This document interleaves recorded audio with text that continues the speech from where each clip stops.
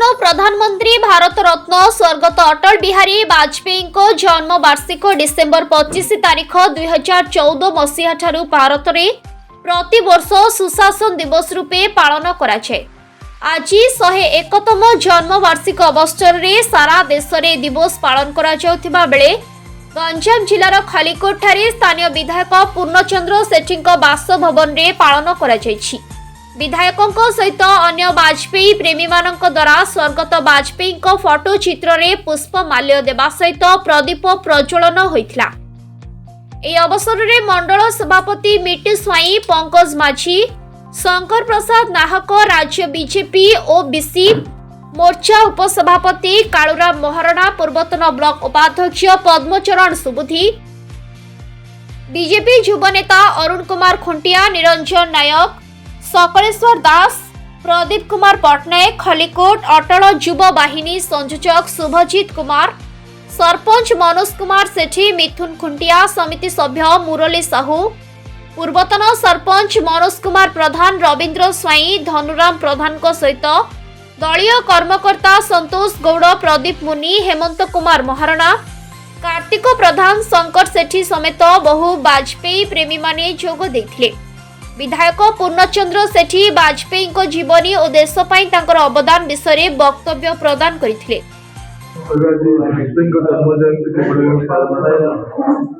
आज अटल पुरुष भारतर पूर्वतन प्रधानमंत्री विचक्षण राजनीतिज्ञ विशिष्ट कवि स्वर्गत अटल बिहारी वाजपेयी 102तम जन्म जयंती आपण मैंने जानते।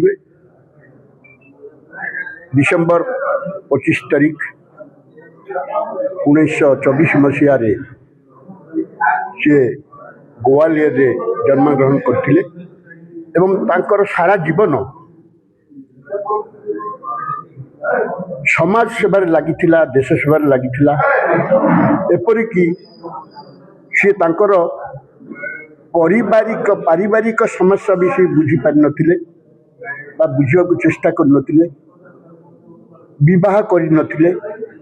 तांकर एक व्रत थिला जे समाजर सेवा करबा। एक विचक्षण राजनीतिज्ञ,